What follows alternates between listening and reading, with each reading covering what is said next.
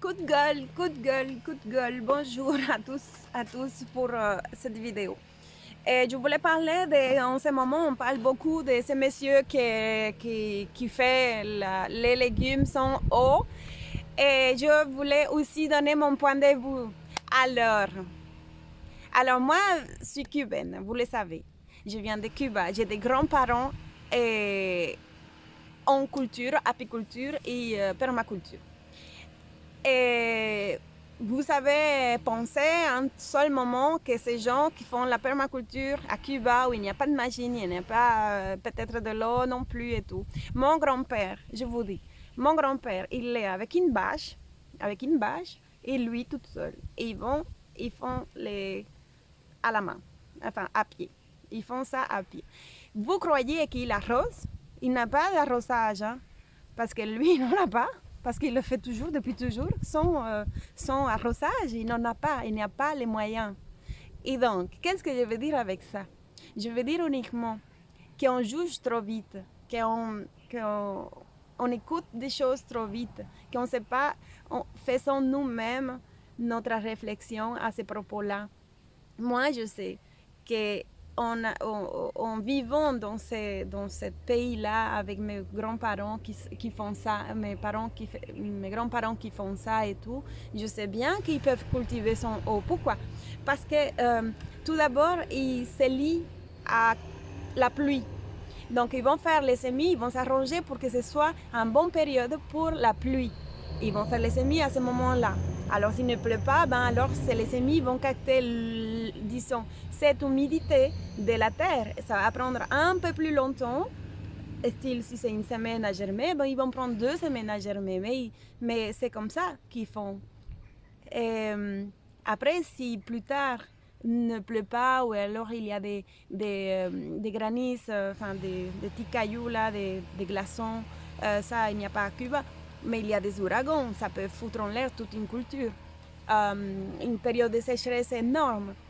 Mais c'est juste pour dire que oui, il y a moyen de cultiver son eau et que je trouve pas juste qu'on ne les laisse pas à ces messieurs le temps même de s'exprimer, parce que moi je trouve que j'ai vu cette vidéo et je trouvais qu'effectivement il ne donne pas des données sur sa terre, sa fertilité, comment il fait les semis, en quel endroit. Donc ça a été trop rapide, trop juste pour pouvoir vite comprendre et se dire est-ce que c'est un mensonge, est-ce qu'il raconte quoi là. Est-ce que moi aussi je fais ici en permaculture, après j'ai un bon climat, enfin, un bon climat en Belgique, mais il pleut tellement que je m'arrange aussi pour faire les semis quand il pleut. Donc je fais un semis et le lendemain il va pleuvoir. Et parfois non, mais bon, c'est l'humidité qu'il y a déjà dans le sol va faire germiner les plants, les semis. Alors, une tomate qui vient de Mexique et de ce pays-là, comme il dit. Effectivement, au début, il faut les arroser un petit peu, mais après, non, pas du tout. Parce que la plante va prendre racine, il va prendre même 2 mètres de racines. C'est n'importe qui va vous le dire, donc ce n'est pas moi qui invente ça. Un tomate peut vivre 4 ans maximum, je pense, et ces racines, ils peuvent de 2 mètres de profondeur, et ils vont se nourrir à 2 mètres de profondeur, parce que c'est vrai que la surface de la terre, la surface, elle va très vite sécher, mais en profondeur, à 2 mètres de profondeur. Donc, oui, un légume doit se débrouiller seul. Parce que si vous l'arrosez tous les jours, bah, la plante va se dire ah, c'est génial. Moi, bah, on me donne de l'eau, je ne travaille pas. Pourquoi je vais travailler alors qu'on me donne de l'eau tous les jours? Mais enlève l'eau, si vous l'enlevez l'eau, vous l'avez trop habituée. Donc, du coup, elle va crever. Bien sûr, on est dans on se mord la queue. Donc, non, effectivement, il faut faire des semis, donner un peu de l'eau et pas trop pour qu'elle puisse aussi faire son système racinaire. Une fois plantée, il faut lui donner un petit peu de l'eau et puis les laisser se démerder pour qu'elle puisse supporter cette sécheresse. Mais elle va avec ses racines chercher de l'eau. Hein. Ce n'est pas qu'on ne les donne pas de l'eau, c'est pas que les légumes n'ont pas besoin de l'eau. Les légumes ont besoin de l'eau, mais ils vont aller chercher, avec les racines, vont aller chercher de l'eau dans la terre. Oui, alors, ça veut dire quoi cultiver son eau? C'est très vite dit, je cultive son eau et mes légumes poussent en eau. Et cette vidéo, c'est vrai qu'il y a... C'est bien pour ça que ça a bien marché, parce que tout le monde a regardé légumes sont eau, légumes sont eau. Ça veut dire quoi légumes sont eau? Sont eau du robinet? Ou sont eau de la pluie? Ou sont quoi? Qu'est-ce qui veut dire son eau? Moi, je pense que, bon, étant donné qu'ils ne sont pas donnés des données, qu'ils n'ont pas fait quelque chose de très élaboré, que ça a été très rapide, et moi, je ne trouve pas que, voilà, je trouve juste que ça a été trop rapide. Hein, trop rapide, il n'y a pas de données, il n'y a plus rien. Et travailler sans eau. Mais évidemment qu'il n'y a pas de légumes qui poussent sans eau. Évidemment que non, c'est pas possible. Mais en même temps, et à mon avis, pour un petit peu, disons, essayer de comprendre, même avec vous aussi, son eau, ça veut dire quoi? Voilà. On est d'accord que les légumes poussent avec de l'eau, ça on est d'accord. Mais donc, il a voulu dire, je suppose, son eau du robinet ou des petits trucs là. Et bien sûr qu'il a adapté un système de culture qui va privilégier le fait que la plante va aller puiser avec ses racines dans les sols sans devoir arroser lui. Ce que je comprends, c'est ce que j'ai compris, non? Alors oui, il attend l'eau de la pluie quand même. Ou alors je me suis trompée, j'ai rien compris à cette vidéo et il prétend que même son eau de la pluie, non?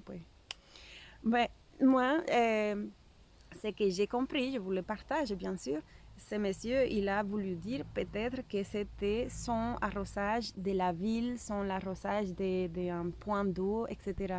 Qu'il a juste, qu'il laisse les plantes se démerder, aller chercher avec ses racines, forcer, parce que c'est ça, c'est aller forcer la plante à aller chercher sa nourriture, qui est l'eau qui est en profondeur.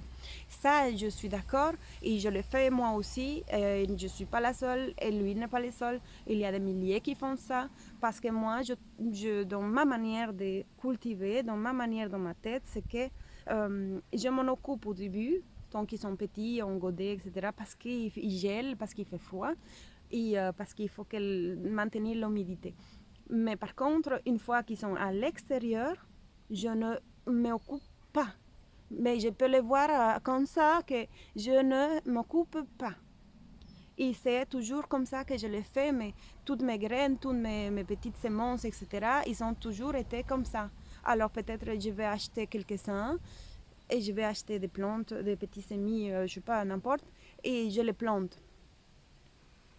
Bah oui, même si elle est accoutumée à avoir beaucoup de l'eau, bah non, moi je vais les laisser, je vais les traiter comme tous mes autres parce que c'est ma manière de cultiver, c'est comme ça. Une fois qu'ils sont sortis du bac, là, et je les repiqué, j'arrose évidemment un petit peu, et puis après, ils se démerdent. Hein. Ils crèvent. Mais c'est comme ça ma manière. Et j'imagine que lui, il a voulu dire ça. C'est juste que oui, on n'a pas eu de données, on n'a pas su. Il aurait pu dans cette vidéo de dire que sa terre, elle est quand même retient de l'eau, qu'il a mis de la paille en bas. Je ne sais rien ce qu'il a fait. Hein. J'ai vu la même chose que vous. Mais je trouve que c'est très vite jugeable. On a jugé trop vite. Mais je pense qu'il a raison, oui, il a raison. Il n'y a pas. Mais il fallait dire certaines choses pour que tout le monde comprenne, parce que c'est vrai que des légumes sont hauts, bah non, les légumes, même dans la terre, même si on n'arrose pas, ils vont chercher de l'eau pour grossir, pour se nourrir, et de la nourriture aussi. Voilà, donc j'espère que cette vidéo était juste dans la réflexion, et ne jugez pas trop vite les gens. On est tous jugeables. Hein.